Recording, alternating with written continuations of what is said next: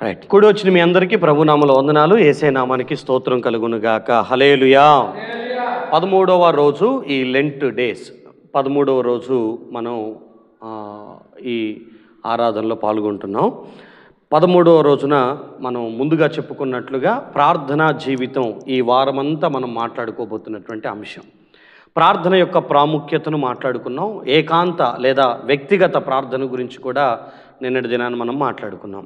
చాలా రకాల ప్రార్థనల్లో మరొక ప్రార్థన ప్రాముఖ్యమైంది, అత్యవసరమైనటువంటి ప్రార్థన మరొకటి కూడా ఉంది. అది ఈరోజు మనం అంశంగా తీసుకొని మాట్లాడబోతున్నాం. ఆ అంశం ఏంటంటే గుంపుగా చేసే ప్రార్థన లేదా సమూహపు మరియు సంఘ ప్రార్థనలు. ఇది గుర్తుపెట్టుకోనండి. అంటే గ్రూప్ ప్రేయర్స్, ఇద్దరు లేక ముగ్గురు కలిసి ఒక పని నిమిత్తమై, ఒక అవసరం నిమిత్తమై ఏకీభవించి చేసేటటువంటి ప్రార్థన. ఏకాంత ప్రార్థన ఒక్కళ్ళగా చేస్తాం. గుంపు ప్రార్థన ఇద్దరు అంతకు మించి ఎక్కువగా కలిసి చేస్తాం, లేదా ఒక సంఘంతో కలిసి ప్రార్థనలో కూర్చుంటాం. సో ఈరోజు మన అంశం సమూహపు మరియు సంఘ ప్రార్థనలు, గ్రూప్ అండ్ చర్చ్ ప్రేయర్స్. దీని గురించి మనం మాట్లాడుకోబోతున్నాం. సో బైబిలు ప్రార్థనా జీవితంలో భాగంగా బైబిల్ మనకి సమూహపు ప్రార్థనల్ని ప్రోత్సహించినట్లుగా బైబిల్లో చాలా దాఖలాలు ఉన్నాయి. మీకు మత్తయి సువార్త 18వ అధ్యాయం 19వ వచనం 20వ వచనాన్ని గమనిస్తే అక్కడ ఇలా రాసి ఉంటుంది, మరియు మీలో ఇద్దరు తాము వేడుకొను దేనిని గూర్చియు భూమి మీద ఏకీభవించిన ఎడల అది పరలోకమందున్న నా తండ్రి వలన వారికి దొరుకునని మీతో చెప్పుచున్నాను. ఏలయనగా ఇద్దరు ముగ్గురు నా నామమున ఎక్కడ కూడి ఉందరో అక్కడ నేను వారి మధ్యన ఉందునని చెప్పాను అని అక్కడ రాస్తుంటుంది. గమనించండి, ఇక్కడ 19వ వచనాన్ని ఇలా విడదీసి చదువుకోనండి. మీలో ఇద్దరు, ఇది ఒక భాగంగా. తాము వేడుకొను దేని గూర్చైనా, దీన్ని ఒక భాగంగా. ఏకీభవించిన ఎడల అది వారికి దొరుకుతుంది అని. మనం ఇద్దరు ముగ్గురుగా కలిసి దేని గురించైనా ఏకీభవించి మనం ప్రార్థన చేస్తే దేవుడు వాటిని మనకు అనుగ్రహిస్తాడు. ఎందుకంటే ఎక్కడ ఇద్దరు ముగ్గురు కూడి ఉంటారో ఆయన నామమున ఆయన అక్కడ ఉంటాను అని వాగ్దానం చేశారు. సో భూమి మీద మనం ఇద్దరంగా ముగ్గురంగా ఏకీభవించి చేసేటటువంటి ప్రార్థనకి శక్తి ఉంది అన్న సంగతిని మీరు ఈ లేఖనాన్ని బట్టి అర్థం చేసుకోగలగాలి. సో ఒకరు చేసేటటువంటి ప్రార్థనలో కొన్ని ప్రయోజనాలు ఉన్నాయి, కొన్ని డిసడ్వాంటేజెస్ కూడా కొన్ని ఉన్నాయి. ఒంటరిగా ప్రార్థన చేసేటప్పుడు కొన్నిసార్లు కొంతమంది శోధించబడవచ్చు. అంటే వాళ్ళు ఏకాంతంగా ప్రార్థన చేయాలనుకుంటారు, ఆ ప్రార్థనలో వాళ్ళకి నిద్ర రావచ్చు, అనాసక్తి రావచ్చు, లేకపోతే ఉన్నట్టుండి ఆసక్తిని కోల్పోవచ్చు, ఏదో ఒక కారణాలు. వ్యక్తిగతంగా ప్రార్థన చేసేటటువంటి వారికి కొన్ని రకాల శోధనలు ఉంటూ ఉంటాయి. గుంపుగా చేసేటటువంటి ప్రార్థనలో కొన్ని ప్రయోజనాలు ఉంటాయి. ఏంటి ఆ ప్రయోజనాలు అనంటే, ఒకవేళ నేను ఒంటరిగా ప్రార్థన చేస్తున్నాను, లేకపోతే ఇద్దరు ముగ్గురుగా చేస్తున్నామనుకో, నేను కొంచెం ప్రార్థనలో తక్కువగా ఉన్నా నా పక్కన వాళ్ళు చేసేటటువంటి ప్రార్థనను ఆధారం చేసుకొని నేను కూడా ప్రార్థనలో ఎదగటానికి కారణమవుతుంది. మీకు అర్థమవటానికి నేను ఈ ఉదాహరణ చెప్తాను. మండుతున్న కట్టెల మధ్యలో ఒక పచ్చి కట్టె తీసుకొచ్చేసేసిన అది కూడా మండటానికే ప్రయత్నం చేస్తుంది. సో గుంపు ప్రార్థనలో, సంఘ ప్రార్థనలో, సమూహపు ప్రార్థనలో అనాసక్తితో ఉన్నటువంటి వాళ్ళు, నూతనంగా వస్తున్నటువంటి వాళ్ళు కూడా ఆ ప్రార్థనలో చేరటాన్ని బట్టి వారు మీ వలన రగిలించబడతారు, పురుకొల్పబడతారు, ఆత్మచేత నింపబడుతుంటారు. ప్రార్థన నడిపింపుని వాళ్ళు నేర్చుకోవటానికి కూడా అవకాశం ఉంటుంది. లేదా ఒకళ్ళు నీరసిల్లిపోతున్న మిగతా వాళ్ళు చేసే ప్రార్థనలు మరలా వారిని ప్రార్థనలు కంటిన్యూ అవటానికి కూడా అది ఉపయోగపడుతుంది మనకి. నేను బైబిల్లో ఇక్కడ రాయబడినటువంటి పదాన్ని ఆధారం చేసుకొని కొన్ని విషయాలు చెప్తాను. ఇక్కడ ఏమని రాస్తుంది, మీలో ఇద్దరు తాము వేడుకొని దేని గురించైనా భూమి మీద ఏకీభవిస్తే అది దేవుడి వల్ల మీకు దొరుకుతుందని. ఇక్కడ మీకు రెండు విషయాలు అర్థమవుతాయి. యూనిటీ అండ్ ఫెయిత్ అనేది, ఐక్యత మరియు విశ్వాసం, ఈ రెండు ఈ వచనాల్లో మీకు కనిపిస్తాయి. ఇప్పుడు మీలో ఎవరినైనా ఇద్దరిని పిలిచి ఈ టేబుల్ని ఆ పక్కకు జరపండి అన్నాను అనుకో, ఇటువైపు పట్టుకున్నటువంటి ఇద్దరు వ్యక్తులు ఈ టేబుల్ని పక్కకు తీసుకెళ్లాలంటే వాళ్ళిద్దరి మధ్యలో రెండు విషయాలు పనిచేయాలి. ఇద్దరు ఒకటే మాట మీద ఉండాలి, ఈ టేబుల్ని పక్కకు జరపాలని ఇద్దరికీ ఆ ఆలోచన ఉండాలి. ఈయనేమో ఇటువైపు లాగుతానని ఆయనేమో అటువైపు లాగుతానని అనుకున్నాడు అనుకో, ఈ టేబుల్ కదులుతుందా? కదలదు. వాళ్ళిద్దరికీ ఒక ఏక మనసు రావాలి. అంటే ఇద్దరు కలిసి ఐక్యంగా ఒక పనిని ఇలా చేద్దాం అని ముందుగా నిర్ణయించుకొని అప్పుడు ఈ టేబుల్ని పట్టుకుంటే వారు పెట్టిన ఎఫర్ట్కి ఈ బల్ల ఆ పక్కకు జరగటానికి కారణమవుతుంది. రెండోది, దీన్ని మనం లేపగలము, తీసి పక్కన పెట్టగలమనే భరోసా వాళ్ళకి లేకపోతే వీళ్ళు ఒకళ్ళు లేపి, అంటే ఒకరికి విశ్వాసం ఉండి ఇంకొకరికి విశ్వాసం లేకపోయినా వీళ్ళు దీన్ని లిఫ్ట్ చేస్తారు, వీళ్ళు నా వల్ల కాదని ఆపేస్తారు. అలా కూడా పని అవ్వదు. గుంపు ప్రార్థనలో రెండు చాలా ప్రాముఖ్యం. అది నువ్వు గుంపు ప్రార్థన అంటే కుటుంబంలో మీరందరూ కుటుంబ ప్రార్థన చేస్తారా, అదొక చిన్న గుంపు ప్రార్థన. లేదా సెల్ గ్రూపుల్లాగా చుట్టుపక్కల మన గల్లీలో ఉన్నటువంటి 3-4 కుటుంబాలు ఒక గొలుసు ప్రార్థనలాగా, ఒక 3-4 కుటుంబాలు ఆడకట్ట కోసం, మన సంఘ వ్యవస్థల కోసం, క్రైస్తవ ఉజ్జీవం కోసం, ఆత్మల రక్షణ కోసం మనం ప్రార్థన చేయదలుచుకున్నప్పుడు అక్కడ ఉన్నటువంటి 3-4 కుటుంబాలు కలిసి ఒక దగ్గర గుంపుగా కలిసి ప్రార్థన చేయాలనుకుంటే ఆ గుంపు ప్రార్థన. లేదు, సంఘంలో ఈ విధంగా ఈరోజు మీరు వచ్చినట్లుగా ఇలా సమకూర్చబడి ఏ ఉద్దేశం కొరకైనా చేతులెత్తి ప్రార్థన చేసేటటువంటి ఈ సంఘ ప్రార్థన అయినా లేకపోతే సమూహపు ప్రార్థనలైనా సరే, మీకు విశ్వాసం అనేది చాలా ప్రాముఖ్యం.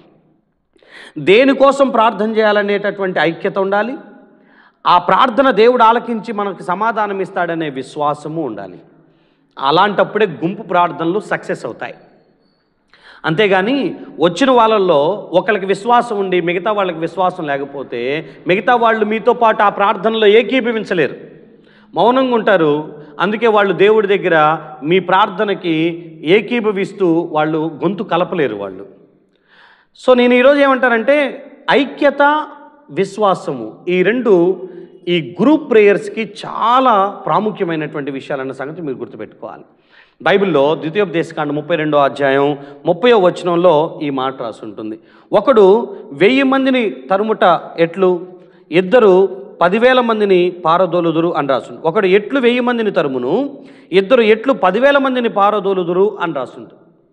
అంటే ఒకడు 1000 మందిని తరిమితే ఇద్దరు కలిస్తే 10,000 మందిని తరమగలుగుతారంట. అంటే వాళ్ళ స్ట్రెంగ్త్ డబల్ అయిపోతుంది, ఎక్కువైపోతున్నటువంటి పరిస్థితిని మనం అక్కడ చూస్తాం. ఇద్దరు కలిస్తే దేవుని కొరకు ప్రార్థన విషయంలో ఇద్దరు కలిస్తే ఆ ప్రార్థన చాలా ఉజ్జీవకరంగా ఫలభరితంగా కూడా ఉంటుందన్న సంగతిని బైబిల్ మనకు బోధిస్తుంది. ఐక్యతలో ఉన్న బలమది. అందరం కలిసి ఐక్యంగా ఒక ఉద్దేశం కొరకు ప్రార్థన చేస్తే వచ్చే బలమది. మీకు ఆదికాండం 11వ అధ్యాయం 6వ వచనంలో ఆ బాబేలు గోపురం దగ్గర మీరు గమనిస్తే అక్కడ ఒక మాట రాసి ఉంటుంది. జనమంతా ఒకటే, వారి భాష అంతా కూడా ఒకటే. కాబట్టి ఇక వారు ఏం చేయదలుచుకున్నారో, ఏ పని ఆరంభించారో ఆ పనిని ఆటంకపరచడానికి ఇక ఏది అడ్డుండదు. వాళ్ళు అనుకున్నది సాధించి తీరుతారు. ఎందుకు? జనమంతా ఒక్కటిగా ఉన్నారు, భాష అంతా ఒక్కటే ఉంది. వాళ్ళకున్న ఐక్యత వాళ్ళు మొదలుపెట్టిన పనిని పూర్తి చేయటానికి సరిపోతుంది అని లేఖనం మాట్లాడుతుంటుంది. మీరు ప్రసంగి గ్రంథం 4వ అధ్యాయం దగ్గరికి మీరు రండి. అక్కడ మరికొన్ని విషయాలు మీతో మాట్లాడతాను. 9 నుంచి 12 వచనాలు మీరు చూస్తే, ఇద్దరి కష్టం చేత ఉభయులకు మంచి ఫలం కలుగును గనుక ఒంటిగాడై ఉండుట కంటే ఇద్దరు కూడి ఉండుట మేలు. వారు పడిపోయినను ఒకడు తన తోడి వానిని లేవనెత్తును, అయితే ఒంటరిగాడు పడిపోయిన ఎడల వానికి శ్రమయే కలుగును, వాని లేవనెత్తువాడు లేకపోవును. ఇద్దరు కలిసి పండుకుంటే వారికి వెట్ట కలుగుతుంది, ఒంటరిగానికి వెట్ట ఎలాగు పుడుతుంది? ఒంటరియగు ఒకని మీద మరి ఒకడు పడితే ఇద్దరు కూడి వాన్ని ఎదిరించగలరు. 3 పేటల తాడు త్వరగా తెగిపోదు కదా అని రాసుంటుంది. దీన్ని మీరు అర్థం చేసుకోవాలి. ఇద్దరిగా ఉంటే వారు చేసే కష్టానికి ఫలం దొరుకుతుంది అని, ఒకవేళ ఇద్దరిలో ఒకడు పడిపోతే ఇంకొకడు లేవనెత్తటానికి ఉపయోగపడతాడని, ఒకవేళ ఎవరైనా శత్రువు దాడి చేస్తే ఒకడి మీద ఇద్దరు కలిసి పోరాడితే ఆ పరిస్థితిని జయించుకోగలుగుతారని, వారి బంధం ఇక ఎన్నటికి తెగిపోకోకుండా ఉంటుందన్న సంగతుల్ని ఇక్కడ రాసుంటుంది. సందర్భం ఏదైతేనేమి మనం గుంపుగా కలిసి ఉంటే, ఐక్యంగా ఉంటే మనకొచ్చే బలం మరింత రెట్టింపు అవుతూ ఉంటుంది. మన ప్రార్థనతో మనతో పాటున్న ఆత్మీయుల యొక్క ప్రార్థన కూడా మనతో జత చేయబడితే, ఒక విషయం కోసం అందరం కలిసి ప్రార్థన చేయగలిగితే అది చాలా బలంగా ఉంటుంది. మనం చిన్నప్పుడు విన్న కథలు మనకు తెలుసు కదా, ఒక కట్టె పుల్ల ఇరిగిపోవచ్చు కానీ కట్టెల మోపును విరగొట్టగలిగిన వాడెవడు లేడు. చాలా కట్టెల్ని ఒక దగ్గర పోగు చేసి ఆ కట్టెలన్నింటినీ విరచాలనుకుంటే విరవలేరు, అవన్నీ కట్టెలే. కానీ ఒంటరిగా ఉంటే అతని చేతిలో విరిగిపోతుంది, కలిసి ఉంటే చాలా బలంగా తయారవుతుంది. సంగమా, మీ అందరితో ఈ మాట అంటున్నాను, మీరు ఒక్కలుగా చేసే ప్రార్థన ఎంత బలమైందో, మీరు కుటుంబంతో కలిసి ఒక చిన్న గుంపుగా తయారయ్యి, మీరు, మీ భర్త, మీ భార్య, మీ పిల్లలు, మీ తల్లిదండ్రులు, మీ అన్నదమ్ములు, మీ అక్కచెల్లెళ్ళు, మీరు మీ ఇంటి వారు ఒక గుంపుగా కూర్చొని చేసేటటువంటి ప్రార్థన మరింత బలమైందన్న సంగతిని మీరు మర్చిపోకూడదు. సో మనకి గుంపు ప్రార్థన యొక్క ఉజ్జీవం మీకు అర్థం కాక దాన్ని వదిలిపెడుతున్నారు. కానీ ఈరోజు నేను మీకు కొన్ని విషయాలు మాట్లాడతాను. సో గుంపుగా కుటుంబంతో కలిసి చేస్తారో, సంఘ బిడ్డల్లో మీకు అనుకూలంగా ఉండేటటువంటి వ్యక్తులు, సేమ్ మీ హృదయాన్ని కలిగినటువంటి వ్యక్తులు ఎవరైతే ఉంటారో వాళ్ళని ఇద్దరినో ముగ్గురునో నలుగురినో కలుపుకొని ఒక ఉద్దేశం కోసం మోకరించి ప్రార్థన చేసేటటువంటి విధానాలు అలవాటు చేసుకోవటం మంచిది. లేదా సంఘంలో ఏదన్నా ఒక ఉద్దేశం కొరకు ప్రార్థన చేద్దాం రండి, అది దేశం కొరకో, సంఘ ఉజ్జీవం కోసమో, సేవకుల యొక్క విడుదల కోసమో, లేకపోతే మన సంఘాల్లో ఉన్నటువంటి బిడ్డల అనారోగ్యం నుంచి విడుదల కోసమో, సమాజ క్షేమం కోసమో మనం ఒకవేళ ఒక అంశం పెట్టుకొని ప్రార్థన చేసేటప్పుడు సంఘమందరూ సమకూర్చబడి చేతులెత్తి ఒక విషయం కొరకై దేవుణ్ణి వేడుకుంటే ప్రభు మనకు సహాయం చేస్తారు. ఇవి ఐక్యతలో ఉన్నటువంటి బలం. అందుకే పౌలు గారు తన పత్రికలో, ఫిలిప్పీ పత్రిక 2వ అధ్యాయం 2వ వచనంలో సంఘస్థులు అనేటటువంటి వాళ్ళకి, సంఘము అనేటటువంటి వాళ్ళకి ఎలాంటి ఆలోచనలు కలిగి ఉండాలో చాలా స్పష్టంగా ఆయన రాస్తారు. అక్కడ ఏమని రాసి ఉంటుందనంటే, మీరు ఏక మనస్కులగునట్లుగా ఏక ప్రేమ కలిగి ఏక భావము గలవారుగా ఉండి ఒక్కదాని యందే మనసుంచుచు నా సంతోషమును సంపూర్ణము చేయుడి అని రాసి ఉంటుంది. అక్కడ మీకు చూడండి, ఏక మనస్సు, ఏక ప్రేమ, ఏక భావం, ఒక్కదాని యందే మనస్సు కలిగి మనం ముందుకు వెళ్ళాలి. అవును, సంఘము అంటేనే ఒక కుటుంబం. గుంపుగా ఒక దగ్గరికి ఒక ప్లాట్ఫామ్ మీదకి వచ్చాం ప్రేయర్ చేయడానికి అన్నప్పుడు ఒకటే మనసు ఉండాలి, ఒకటే భావం ఉండాలి, ఒకటే ప్రేమ ఉండాలి. భేదాభిప్రాయాలు లేనిదై మన యొక్క కలయిక ఉండగలిగితే, మన సమకూర్పు ఉండగలిగితే, అది ఇల్లైనా, అది చిన్న గుంపైనా, సమాజమైనా, సంఘమైనా, ఖచ్చితంగా ఆ ఐక్యత వారికి ఆశీర్వాదమే. ఈ రోజుల్లో ఈ ఐక్యత కొదువైపోతుంది సంఘాల్లో, కుటుంబాల్లో. ఇద్దరు ప్రార్థన చేస్తే భర్త ప్రార్థనలోకి వచ్చి కూర్చోడు, భార్య వచ్చి ప్రార్థనలో కూర్చోదు, పిల్లలు వచ్చి ప్రార్థనలో కూర్చోరు. ఇద్దరు మోకరిస్తే మరొక విశ్వాసి నేను కూడా మీతో పాటు ఏకీభవించి ప్రార్థన చేస్తానని ముందుకు రారు. సంఘాలలో ఈ విధంగా ఏదైనా ఒక ఉద్దేశ నిమిత్తమై ప్రార్థన చేద్దామంటే ఆసక్తి తగ్గిపోతున్నటువంటి దినాల్లో మనం బ్రతుకుతున్నాం. సో ఏదైనా ప్రోగ్రాం ఉందంటే ఆసక్తి చూపించేటటువంటి విశ్వాసులు ఉపవాసం ఉండి ప్రార్థన చేద్దాం రండి అని అంటే ఆసక్తి విషయంలో ఒక అడుగు వెనక్కే ఉన్నారు తప్ప ఒక అడుగు ముందుకు లేరు. సో మనకి ఏక మనసు ఉండాలి, ఏక భావం ఉండాలి, ఏక ప్రేమ కలిగి ఉండాలి. ఒక్క దాని మీదే మనం మనసు కలిగి ఉండగలిగితే అద్భుతాలను చూడగలుగుతాం నా ప్రియమైన బిడ్డ. మీకు ఈరోజు మనం గుంపుగా ప్రార్థన చేస్తే వచ్చే ఆశీర్వాదాల జాబితా నేను కొంత మీతో మాట్లాడతాను. అపోస్తుల కార్యాల్లో నుంచి 4-5 సంఘటనలు మీతో మాట్లాడతాను. రండి, అపోస్తుల కార్యాలు 1వ అధ్యాయం 14-15 వచనాల్లో రాయబడినటువంటి మాట. అక్కడ ఏమని రాసి ఉంటుంది? ఇదిగో, వీరందరూ వీరితో కూడా కొందరు స్త్రీలను, యేసు తల్లి అయిన మరియయు ఆయన సహోదరులను ఏక మనస్సుతో ఎడతెగక ప్రార్థన చేస్తున్నారు. ఆ కాలమందు ఇంచుమించు 120 మంది సహోదరులు కూడి ఉండగా, మేడగది మీద ఇంచుమించు 120 మంది పురుషులేమి స్త్రీలేమి అందరూ అక్కడుండి ఏక మనస్సుతో ఎడతెగక ప్రార్థన చేస్తున్నారంట. దేనికోసం ప్రార్థన చేస్తున్నారు? ఏ విషయంలో వారికి ఏక మనసు కలిగిందంటే, యేసు ప్రభు చెప్పారు, వాగ్దానం చేయబడినటువంటి పరిశుద్ధాత్మను మీరు పొందుకున్న తర్వాతనే లోకంలోనికి వెళ్ళి సువార్తను ప్రకటించండి అని. ఇప్పుడు వీళ్ళందరూ ఆ మేడగదిలో ఉండి దేవుని ఆత్మ నింపుదల కోసం ఒకే అంశం, పరిశుద్ధాత్మ నింపుదల మాకు కావాలని 120 మంది కలిసి వాళ్ళు ప్రార్థిస్తూ ఉండగా వారి మధ్యలోనికి దేవుని ఆత్మ దిగివచ్చి బహుబలంగా వారిని ఆ రోజు వాడుకున్నట్లుగా మనం గమనించగలుగుతాం. 120 మందికి ఒకటే ప్రార్థనాంశం, 120 మందికి ఏక మనస్సు, ఏక అభిప్రాయం, ఏక ఉద్దేశం, ఏక భావంతో వాళ్ళు ప్రార్థన చేశారు. ప్రభువా, నీ ఆత్మ కుమ్మరింపు మాకు జరగాలి, నీ ఆత్మ నింపుదల మాకు జరగాలని వాళ్ళందరూ కలిసి ప్రార్థన చేస్తే దేవుని ఆత్మ వారి మీదకి దిగి వచ్చి వారు అన్య భాషలతో మాట్లాడుతూ సువార్త పనిని బహు ఘనంగా జరిగించినటువంటి విధానం మనం చూస్తాం. 3,000 మంది ఆత్మలు రక్షించబడినటువంటి కార్యాన్ని మనం గమనించగలుగుతాం. సో మనం ఏకీభవించి ప్రార్థన చేస్తే పరిశుద్ధాత్మ దేవుని కుమ్మరింపుతో పాటు ఆత్మల రక్షణ జరుగుతుందన్న సంగతిని మీరు గుర్తుపెట్టుకోవాలి. సంగమా, మీరందరూ ప్రార్థించగలిగితే బహు గొప్ప కార్యాలు జరుగుతాయి. మీరు ఏక మనసుతో ప్రార్థించండి, ఒక ఆబ్జెక్ట్, ఒక ఉద్దేశాన్ని పెట్టుకొని ప్రార్థన చేయండి, బలమైన కార్యాలు జరగటానికి ఆస్కారం ఉంటుంది. అపోస్తుల కార్యాల్లోనే 4వ అధ్యాయం దగ్గరికి మీరు రండి. 31, 32 కలిపి నేను చదువుతున్నాను, జాగ్రత్తగా చూడండి.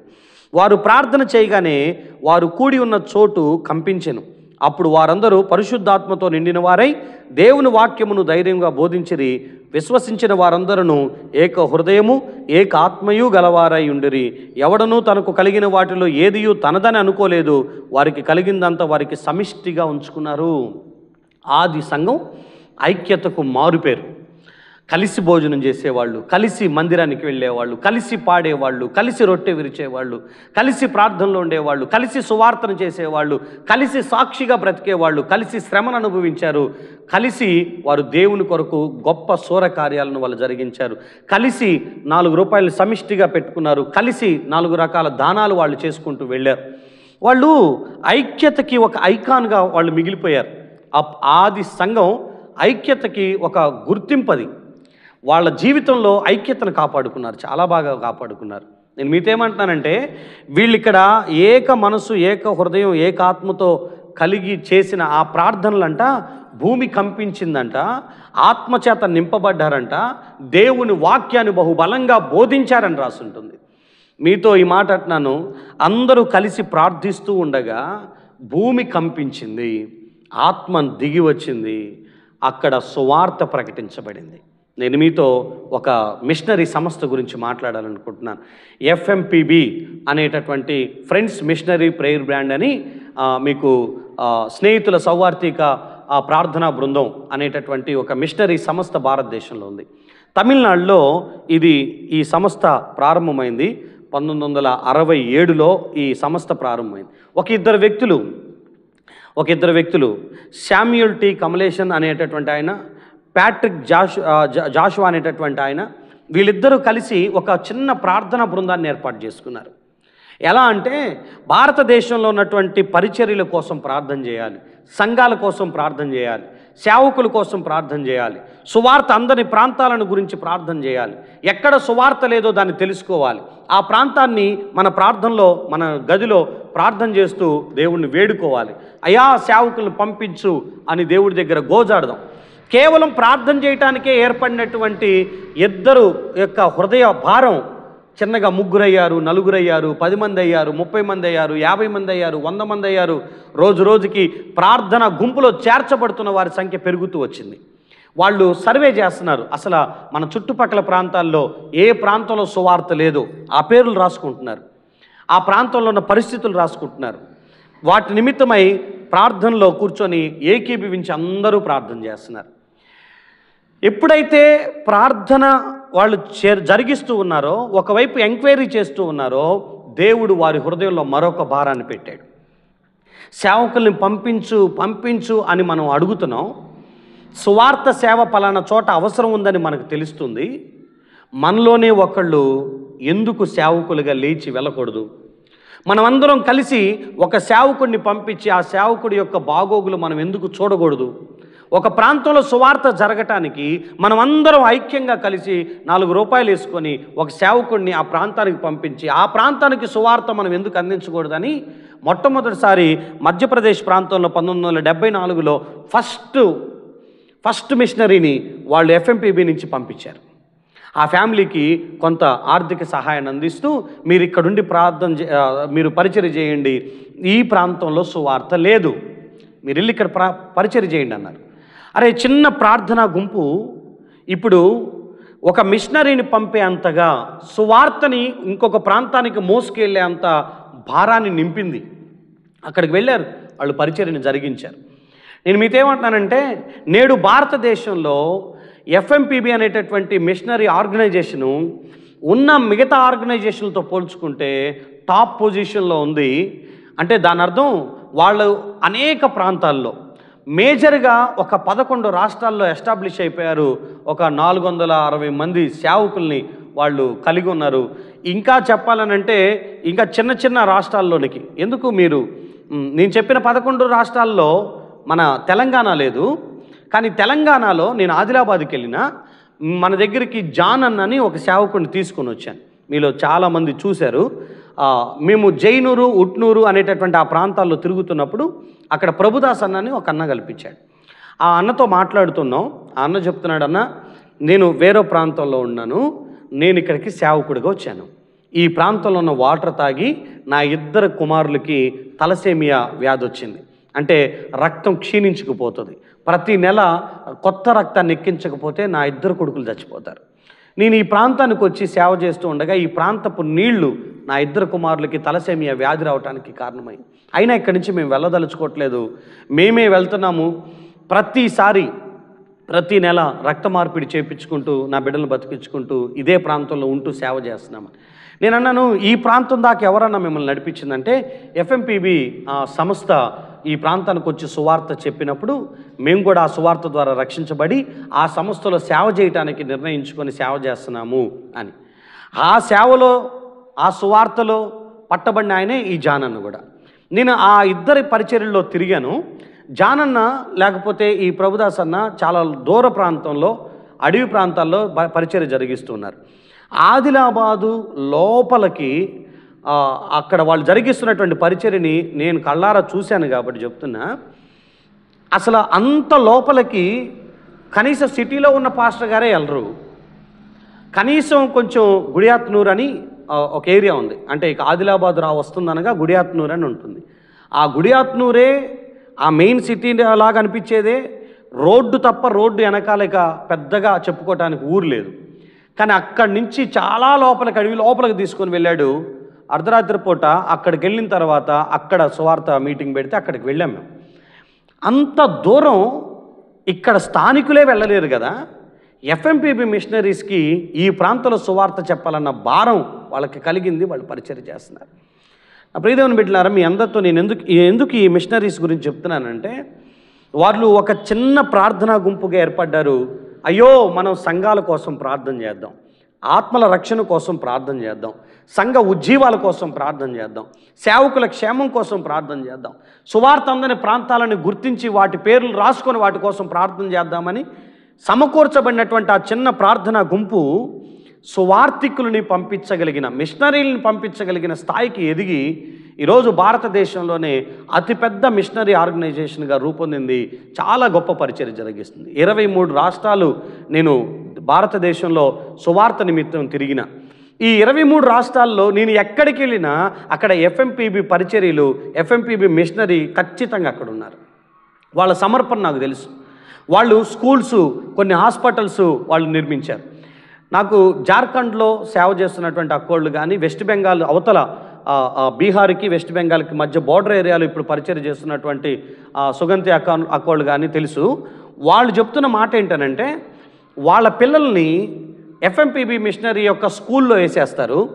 మిషనరీస్ మాత్రం ఫీల్డ్లో పరిచర్య చేస్తుంటారు. వాళ్ళ పిల్లల బాధ్యత సంస్థ చూసుకొని హాస్టల్ని ఏర్పాటు చేసి, వాళ్ళకి ఫుడ్ ఏర్పాటు చేసి, వాళ్ళకి స్కూల్ నడిపిస్తూ వారి విషయంలో వీరు బాధ్యత తీసుకున్నారు. హాస్పిటల్స్ కట్టారు, స్కూళ్ళు నిర్మించారు, సంఘస్థాపనలు చేశారు, సువార్థీకరణ జరిగిస్తున్నారు.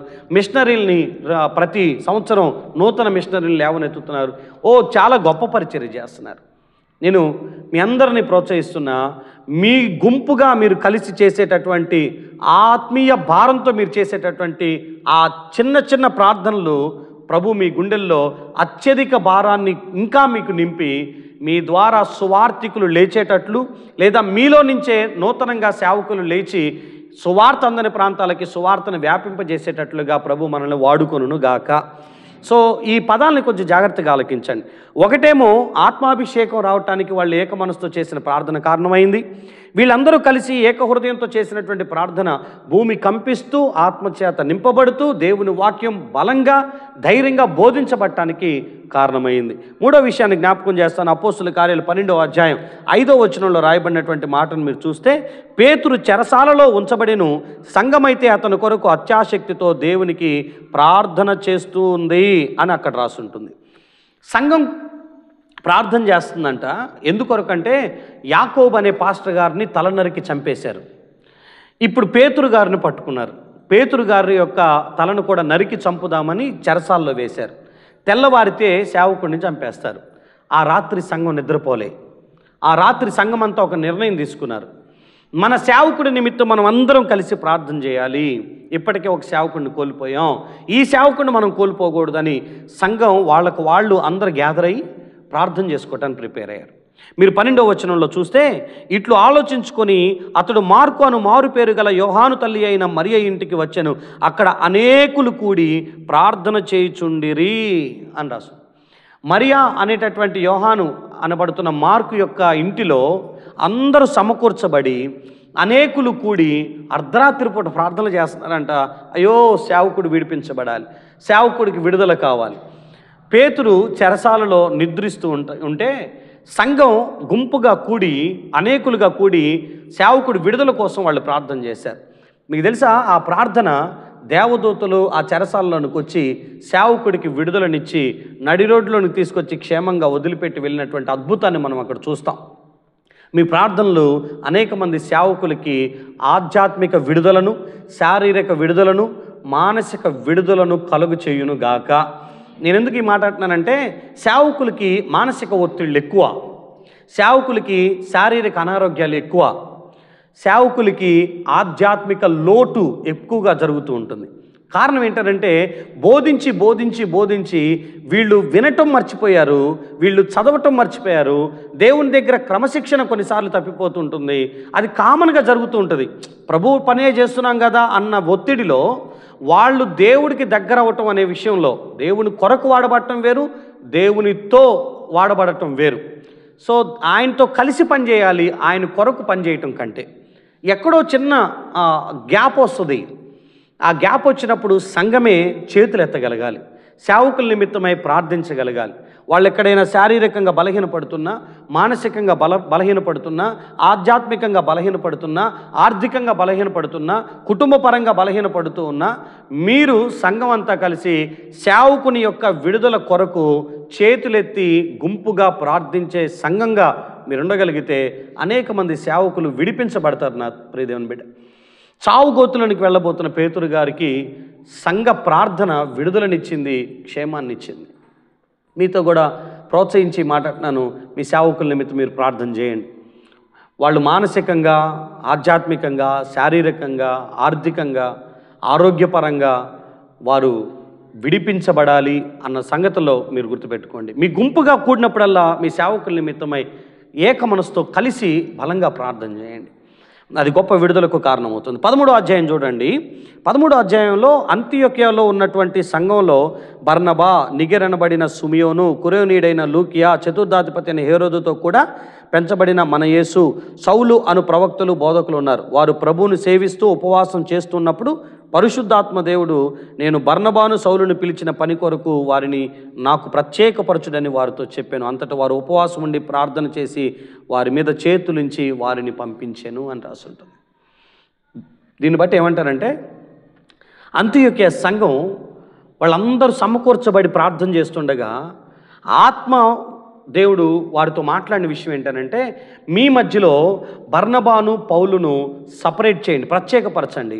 వారి మీద ఇదిగో నా ఉద్దేశం, నా చిత్తం ఉంది, వారిని సువార్త కొరకై పంపించండి సేవకులుగా అని చెప్తే, సంఘము ఇద్దరు సేవకుల్ని ఆ ప్రార్థనలోనే కనిపెట్టి దైవ చిత్తాన్ని ఎరిగి ఇద్దరిని చేతులుంచి ప్రార్థన చేసి సంఘమే మిషనరీలుగా పంపించిన ఒక అద్భుతం ఈ 13వ అధ్యాయంలో రాయబడినటువంటి విషయం.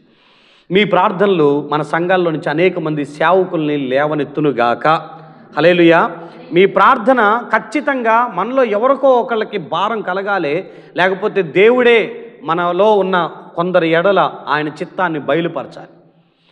పౌలు బర్నబాలు అంత్యోక్య సంఘం ద్వారా మిషనరీలుగా సువార్త అందని ప్రాంతాలకి సువార్త బోధించడానికి ప్రకటించడానికి వాళ్ళు బయలుదేరారు. నా ప్రియమైన దైవ చిత్తం బయలుపరచబడాలన్నా గుంపు ప్రార్థనలు ఉపయోగపడతాయి, సంఘ ప్రార్థనలు ఉపయోగపడతాయి. విడుదల పొందటానికి, అభిషేకం పొందటానికి, సువార్తకి వాక్యం ధైర్యంగా బోధించటానికి మీకు గుంపు ప్రార్థనలు చాలా ఉపయోగపడతాయి అన్న సంగతిని మీకు గుర్తు చేస్తున్నా. దానియేలు గ్రంథం 2వ అధ్యాయం 17వ వచనాన్ని చూస్తే, ఆ రోజు రాజుకి ఒక కల వస్తుంది, ఆ కల మర్చిపోయాడు. ఆయన అంటారు కదా, నాకు ఒక కల వచ్చింది, ఆ కల ఏంటో నాకు చెప్పాలి, ఆ కల భావాన్ని కూడా చెప్పాలి, లేకపోతే జ్ఞానులు అనబడుతున్న వాళ్ళందరినీ నేను చంపేస్తానని. దానియేలు అంటారు, ఇదిగో నాకు ఈ రాత్రి టైం ఇవ్వు, నేను ప్రార్థన చేసి మీకు చెప్తానని. దానియేలు ఆ మాట చెప్పి 17వ వచనంలో దానియేలు తన ఇంటికి పోయి తన స్నేహితులైన హనన్యాకును, మిషాయేలుకును, అజర్యాకును సంగతి తెలియజేశాడు. ఎందుకు ఒంటరికి వెళ్ళి ప్రార్థన చేయొచ్చుగా? కాదు, ఒంటరిగా చేయాల్సిన ప్రార్థన ఒంటరిగా చేస్తారు. బహుబలమైన కార్యాలు జరగాలి అని అంటే గుంపుగా అందరూ కలిసి చేయాల్సిన ప్రార్థనలు కొన్ని ఉంటాయి. దానియేలు ప్రార్థనాపరుడే, దానియేలు ప్రార్థన చేసిన దేవుడు ఆలకిస్తాడు. కానీ దానియేలు మిగతా ముగ్గురితో కలిసి ఆయన కూడా ప్రార్థించమని వారికి కూడా సంగతిని తెలియజేశాడు. నేను ఇలా చెప్పేసి వచ్చాను, మీరు ప్రేయర్ చేయండి, నేను కూడా ప్రేయర్ చేస్తాను.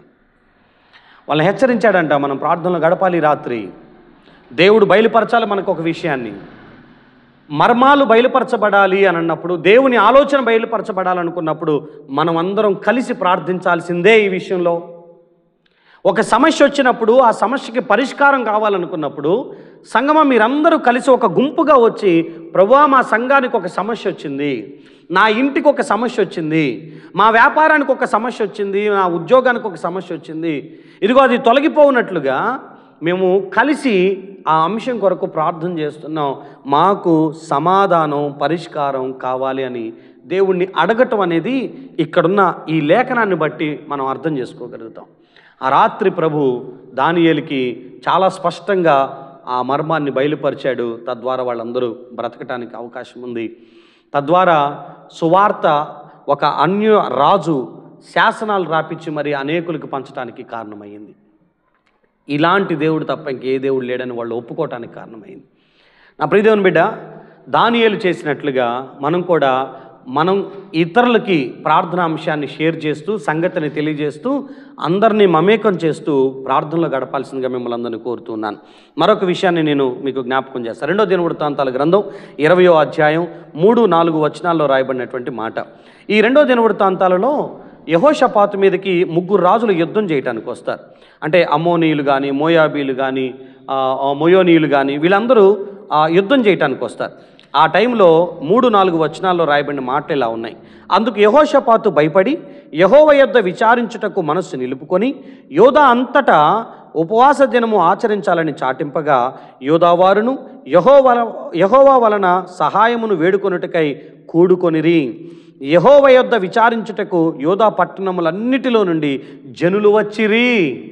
ఒక రాజు ప్రార్థించలా, రాజుతో పాటు యోధావారు ఎన్ని పట్టణాల్లో ఉన్నారో వారందరూ ఒక దగ్గరికి కూడి వచ్చి ప్రార్థన చేస్తున్నారు. ప్రభువా మా మీదకి 3 రాజులు యుద్ధం చేయడానికి వచ్చారు, మాకు శక్తి చాలదు, మాకు బలం సరిపోదు, మాకు దిక్కు నువ్వే అని ప్రార్థన చేస్తే ఆ యుద్ధం దేవుడే ముందుండి జరిగించి వారికి విజయం ఇచ్చినటువంటి సంఘటనలు మనం చూస్తాం.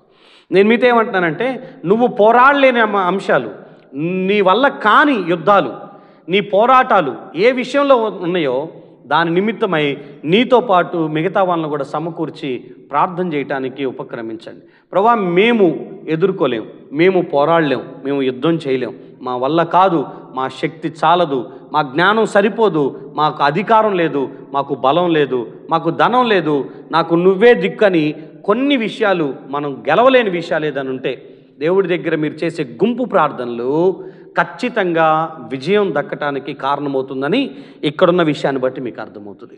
ఇప్పుడు ఎస్తేరు గ్రంథం దగ్గరికి మీరు రండి, 4వ అధ్యాయాన్ని ఓపెన్ చేయండి. ఎస్తేరు గ్రంథం 4వ అధ్యాయంలో వాళ్ళకి ఒక ఉపద్రవం వస్తుంది. ఏంటా ఉపద్రవం అని అంటే, యూదా వారందరినీ సంహరించాలని ఒక శాసనం ముడుతుంది. 4వ అధ్యాయం మొదటి 3 వచనాలు నేను చదువుతున్నాను. జరిగిందంతయు తెలియగానే మొర్దెకై తన బట్టలు చింపుకొని గోనె పట్టలు వేసుకొని బూడిద పోసుకొని పట్టణము మధ్యకు బయలువెళ్ళి మహాశోకముతో రోదనము చేసి రాజు గుమ్మము ఎదుటికి వచ్చెను. గోనెపట్ట కట్టుకొనిన వాడు రాజు గుమ్మమున ప్రవేశించకూడదన్న ఆజ్ఞ కలదు.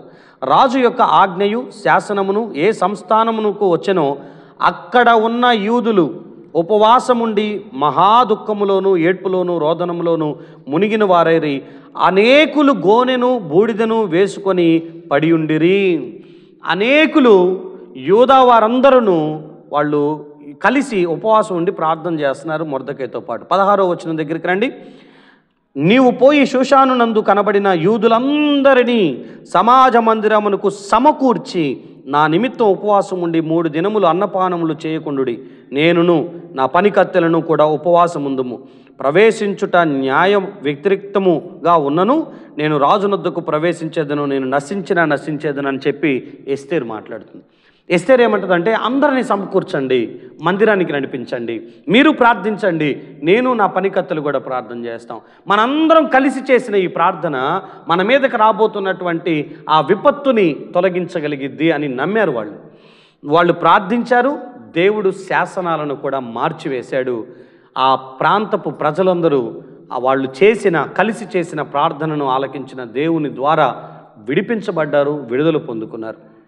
ఇన్ని విషయాలు నేను ఎందుకు మీతో మాట్లాడుతున్నానంటే గుంపుగా సంఘంగా కలిసి చేసిన ప్రార్థనలో గొప్ప కార్యాలు జరిగాయి. అది మీరు అర్థం చేసుకోగలిగితే 2-3గా కూడి బహుబలంగా ప్రార్థించగలుగుతారు.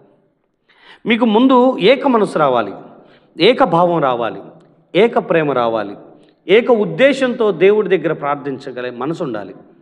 మీ దగ్గర ఎప్పుడైతే ఏకత్వం ఉంటుందో, ఐక్యత ఉంటుందో, ఆ తర్వాత విశ్వాసంతో ప్రార్థించటానికి ఏ సంగతిని గురించి ప్రార్థించబోతున్నారో దాని విషయమై ముందు మాట్లాడుకొని ఆ తర్వాత ఒక అడుగు ముందుకు వేయటానికి మీరు ప్రయత్నం చేయాలి. సో ఈ విషయాలను మీరు అర్థం చేసుకోనండి. ఎప్పుడు మీరు ఉపవాస ప్రార్థన చేయాలనుకున్నా మీరు ఈ సంగతులు ఖచ్చితంగా ఎప్పుడు మీరు గుంపు ప్రార్థన చేయాలనుకున్నా మీరు ఇలా ఆలోచన చేయండి. వ్యక్తిగత ప్రార్థనకి ఎలాగైతే ప్లేస్ టైం నిర్ణయించుకున్నామో ఈ గుంపు ప్రార్థనలో మీకు కొన్ని విషయాలు ఖచ్చితంగా ఉండాలి. వాటిల్లో ఒకటి, దేనికోసం ప్రార్థన చేస్తున్నామో మీకు తెలియాలి. ఎవరెవరు ప్రార్థన చేయాలనుకుంటున్నారో డిసైడ్ అవ్వాలి. మీరందరూ కూర్చొని పలానా సంగతిని గురించి మనం ప్రార్థించబోతున్నామని డిస్కషన్ చేయాలి. ఒక వ్యక్తి యొక్క విడుదల కోసం ప్రార్థన చేద్దాం అనుకుందాం. పేతురు కోసం ప్రార్థన అనుకుందాం. అపోస్తలుల కార్యాలు 12వ అధ్యాయాన్ని అర్థం చేసుకోవడానికి. పేతురు సమస్యలో ఉన్నాడు, సంఘమేమో ఆసక్తితో ప్రార్థన చేస్తూ ఉంది. ఇప్పుడు అందరూ సమకూర్చబడింది దేనికోసం అంటే ఒక ఆబ్జెక్ట్ ఉంది. ఏంటది? పేతురు గారు విడిపించబడాలి. దానికోసం మనం అందరం సమకూర్చబడ్డాం. అయితే ఎప్పుడు సమకూర్చబడదాం? ఎక్కడ సమకూర్చబడదాం? ఎన్ని గంటలకు ప్రార్థన మొదలు పెడదాం? ఇదిగో యోహాను తల్లి అయిన మరియ ఇంట్లోకి వెళ్దాం, అక్కడ సమకూర్చబడదాం. అక్కడ మనం రాత్రిపూట ప్రార్థన చేద్దాం. ఈ రాత్రి విడుదల పొందాల్సిన రాత్రి. టైం ఓకే అయింది, ప్లేస్ ఓకే అయింది, ఉద్దేశం ఓకే అయింది, జనులు సమకూర్చబడ్డారు. ఇక ప్రార్థన చేయటం మొదలుపెట్టారు. దేవుడు గొప్ప కార్యాలు జరిగించాడు. మీకు మేడగది దగ్గర గమనించిన 120 మంది మేడగది మీద ఉండి వాళ్ళు ఒక ప్లేస్ని సెట్ చేసుకున్నారు, టైం సెట్ చేసుకున్నారు. ప్రార్థన ఉద్దేశం ఏంటనంటే పరిశుద్ధాత్మ దేవుని నింపుదల ఉండాలని.